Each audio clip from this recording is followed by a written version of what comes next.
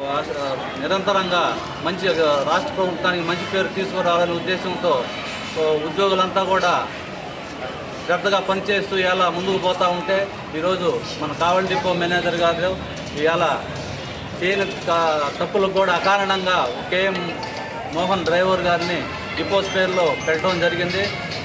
అంతకుముందు కూడా మేము మెమరాండం రూపంలో డిపో మేనేజర్ గారికి తెలియపరిచి ఉన్నాం. అయ్యా ఇట్లా చిన్న చిన్న తప్పులకి మీరు ఏదో ఎగ్జామ్షన్ ఇచ్చి మా ఉద్యోగులకి ఒక పని చేసుకునే విధానంలో స్వేచ్ఛగా కల్పించాలని మేము ఆ రోజు తెలియజేయడం జరిగింది. అయినా కూడా ఆయన దానికి భిన్నంగా ఈరోజు కేఎం మోహన్ గారిని డిపో స్పేర్లో పెట్టి అతన్ని అవమానించే విధంగా ఆయన అయ్యప్పమాల వేసుకొని ఉన్నాడు.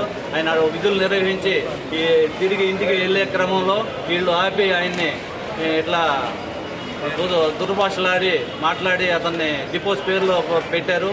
దానికి అనుగుణంగా ఈరోజు ఈ గేట్ మీటింగ్ని పెట్టడం జరిగింది.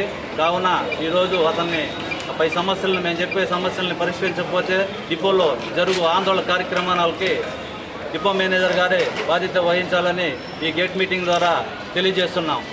APPTD employees union, APPTD employees union.